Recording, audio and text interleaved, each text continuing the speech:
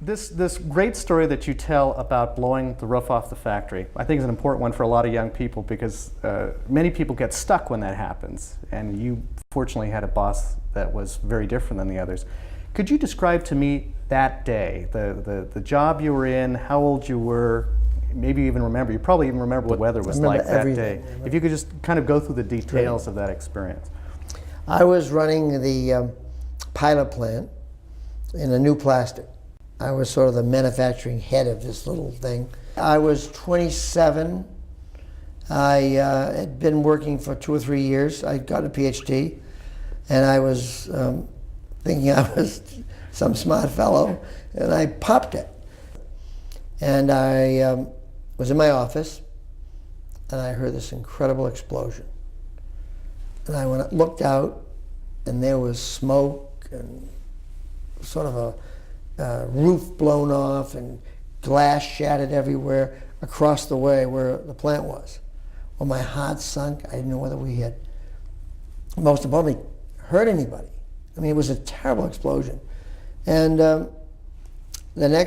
so fortunately that didn't happen. The reactor worked the way it should have. The bolts broke off and the reactor went right through the roof, the top. So we didn't shatter it this way and we didn't injure anybody.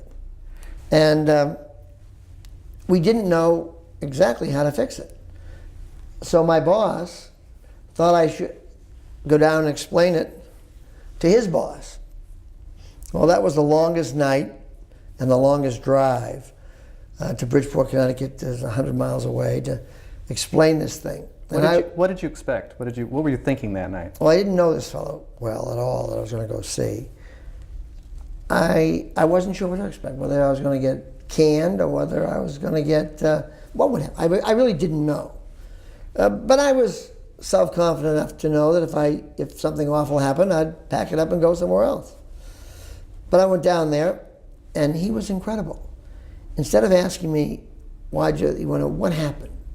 What do you think happened? How do you fix it? This guy was a PhD chemical engineer, former professor at MIT, a sweetheart of a guy, and taught me a great lesson. That's that never kick somebody when they're down. And all he wanted to know was, did I know how to fix it? Could I come up with the right answer?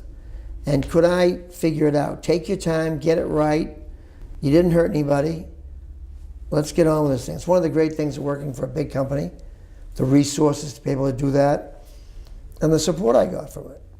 So I always ended up, luckily, having mentors. My predecessor was great to me. We looked like opposites, yet he had the guts to hire me. I've been very fortunate that way.